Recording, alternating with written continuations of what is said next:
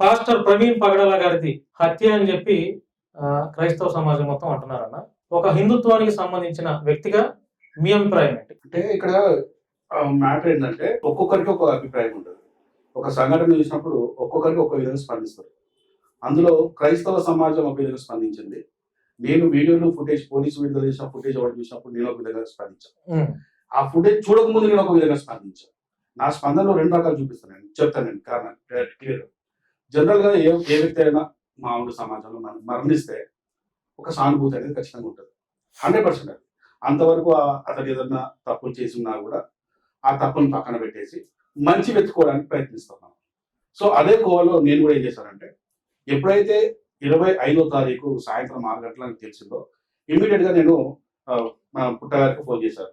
పుట్టకు phone చేసి ఇప్పుడుతో మాట్లాడాను. మేము కూడా సానుభూతి తెలియజేస్తున్నాము. ఇది ఎవరు చేసినా తప్పే, హిందూ చేశాడా క్రిస్టియన్ చేశాడా సానుభూతి తెలిపారా? తెలియజేశారు. రైట్. అంతేకాకుండా అతను పుట్ట దగ్గర విపి రెడ్డి ఫోన్ నెంబర్ కూడా తీసుకొని విపి రెడ్డి కూడా కాల్ చేసినాను. నీ కాల్ డైల్ కూడా తీసుకుంది. ఆయన కూడా చాలా బాగా స్పందించాడు. అవునన్నా మనం అందరం దీన్ని వ్యతిరేకిద్దాము అన్నాడు. అంటే ఇక్కడ ఎవరి మీద ఆరోపణలు ఇచ్చారు, అంతకు ఎవరి మీద ఆరోపణలు రాలే. అంటే ఒక మర్డర్ అనేది వాళ్ళు చెప్పారు. ఆ మర్డర్ మేము కూడా యాక్సెప్ట్ చేశాం. Okay murder కావచ్చేమో,